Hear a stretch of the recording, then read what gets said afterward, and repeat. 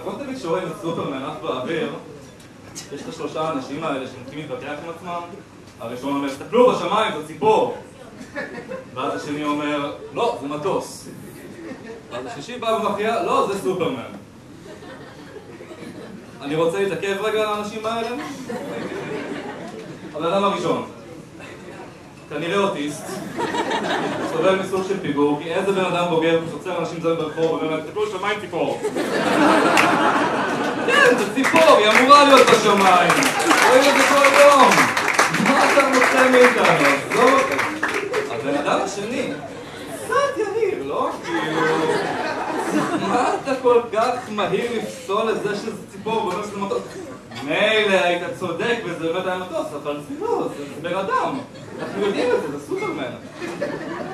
הבן אדם השלישי לדעתי זה סתם איזה היפסטר מזדיין שבא לעשות name dropping ולהשוויץ. זה סופרמן כאילו, רק יותר זמן. עכשיו עוד משהו, מישהו פה ראה פעם ציפור, מטוס ובן אדם? מאוד קשה להתבלבל ביניהם. זה שלושה דברים עם גודל שונה וכאילו צורה שונה. איך?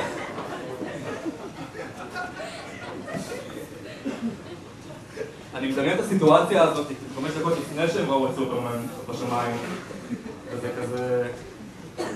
היי, תראו שם אותה שם מדרכה, זה חתול. לא, זו מסעית. לא, זה קלארק קנט כאילו, אין פה קוד שלישי בקטרוניקס.